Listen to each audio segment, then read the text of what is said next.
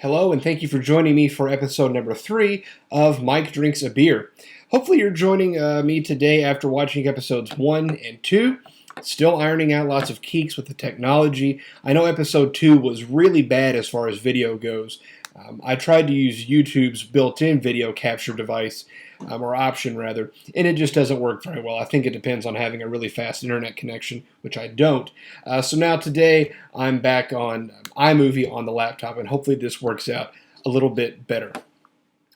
Today we're going to be drinking Dogfish Head's Raison d'etre, Reason of Being Ale. The label says this is a deep mahogany ale brewed with Belgian beet sugars, green raisins, and a sense of purpose. I wonder what a sense of purpose tastes like. Maybe we'll find out. Dogfish Head recommends drinking this beer out of a goblet or a snifter. This is what I've got. This is actually a New Belgium goblet. I don't have one that's not branded, so I'm going to use this one today. If you go to Dogfish Head's website, they bill this beer as one that's relatively complex. It's going to be robust, and they actually compare it to Bordeaux in the wine world. So maybe we'll see if that actually comes out in the taste. I should note, this beer is 8% alcohol by volume, relatively high. So if you plan on traveling, I wouldn't really recommend, downing a couple of these before you jump in the car. Let's give it a shot.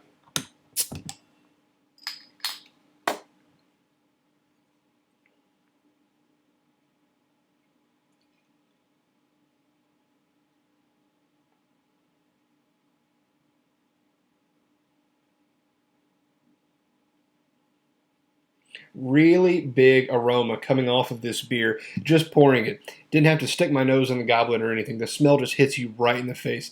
And it actually smells very good. It's a little herbally, kind of woodsy. Let's give it a better sniff.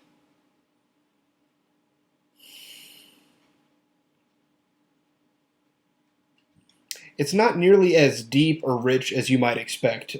Even though the smell is relatively, it comes out of the glass really quickly, it's not overpowering. You don't stick your nose in this and sort of recoil with all the alcohol hitting you in the face. Those herbal notes are definitely there, and it smells really good. I think wood chips and some sort of generic spice, maybe pepper, is a good way to describe this. By the way, don't get caught up on all those words. These are just the things that come into mind, but you might just say it smells like beer. And if you like the way it smells, that's just fine. Kind of minerally as well. Smells like rocks, which to me is pleasant, but maybe not to other people. Let's give it a shot.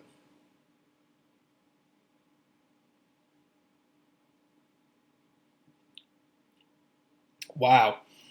Wow. Really complex.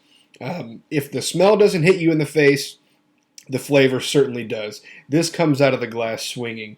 It's got a really pronounced grain flavor to it, so lots of barley coming out of this, or whatever happens to be in this beer. I don't really get into the nitty gritty of ingredients too awful much.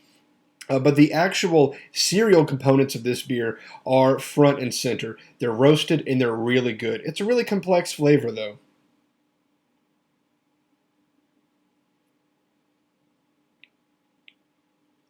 It's also sweet. There is definitely some sort of maybe cherry undertone, definitely red fruit, not apple or citrus or anything like that. But there is something sweet going on here. You can tell here, it looks like on the screen this is relatively true to life. There's just a little bit of a red tinge to this. It's mostly just really, really solid dark brown. A beautiful color. This is really a nice beer to look at. You can tell it doesn't have the biggest head in the world, just an eighth of an inch or so, but it looks like it's going to be hanging around a little bit, and then you can see some lacing here on the glass as well. So it definitely has some staying power and some cohesion here. It is a little bit thicker. You want to chew on this beer, put it that way. This is not one that you're just going to gulp as quickly as possible. Let's try it again.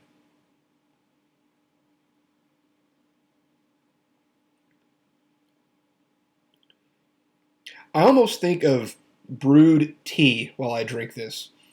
It's not nearly as potent or powerful as I thought it was going to be, but it definitely comes out of the glass a lot stronger than, say, the Fall City Pale Ale that we drank in episode number 1. So I'm going to let this heat up here for a few minutes. I'll check back in. We'll see what changes over time. All right, so we've had a few minutes for the beer to warm up a little bit. I've had a few more sips of it, and what really comes out in this is licorice. Definitely black licorice, maybe a little bit of red licorice as well, but it's really it's sweet and just a little bit bitter. But it's actually really, really good. Bitterness scares off some people, and if you're not into bitterness, this might put you over the edge. It's sweet, but it definitely has a bitter feel to it.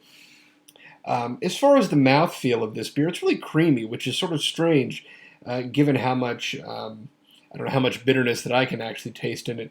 But it's relatively creamy. You can see that it's still maintaining some of that head that we talked about before we took the break.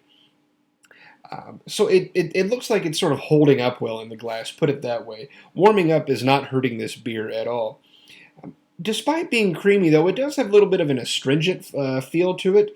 I don't really know how else to explain it, but it's really a pleasant beer.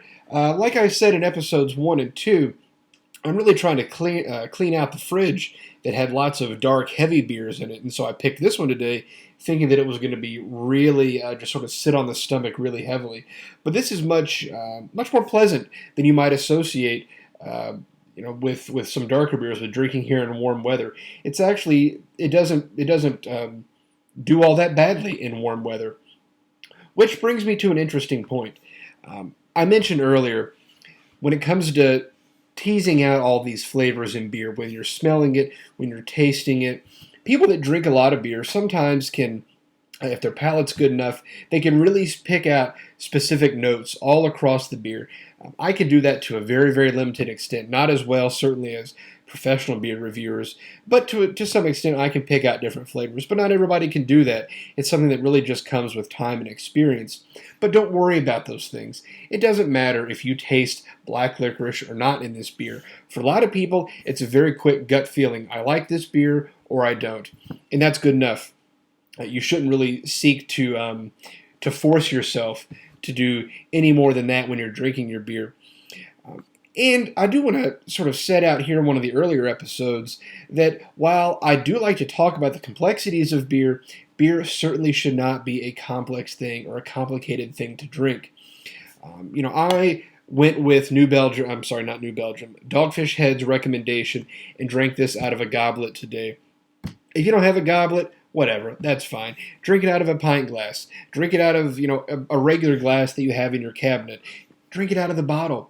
That's something that a lot of beer geeks would just say is total heresy. You can't drink beer out of the bottle. But if that's how you prefer it, by all means, go for it. Beer is not supposed to be all that complicated, and there's really no one right way to enjoy it, aside from responsibly. So don't worry about all of those things. The reason that I have this series of beer reviews on video is just so I can sort of pass along some of these beers that other people might not think to drink if they were to see it in a store. Some of these categories they may not get into, just browsing the shelf by themselves. But don't feel like if you don't have these really complex ideas when you're drinking your beer that you're doing it wrong. You're not appreciating the beer appropriately. That's crap. If you like the beer, that's all that matters. That's really all we're here to do. So stay tuned for episode 4 of Mike Drinks a Beer. We'll continue on with the darker beers in the fridge. Follow me on Untapped. You can see my numerical scores there, and just that'll give you an idea of the flavors that I like in a beer.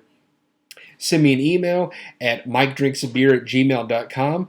Leave comments down below. And of course, please do share this video on Facebook, on YouTube, on Twitter, far and wide.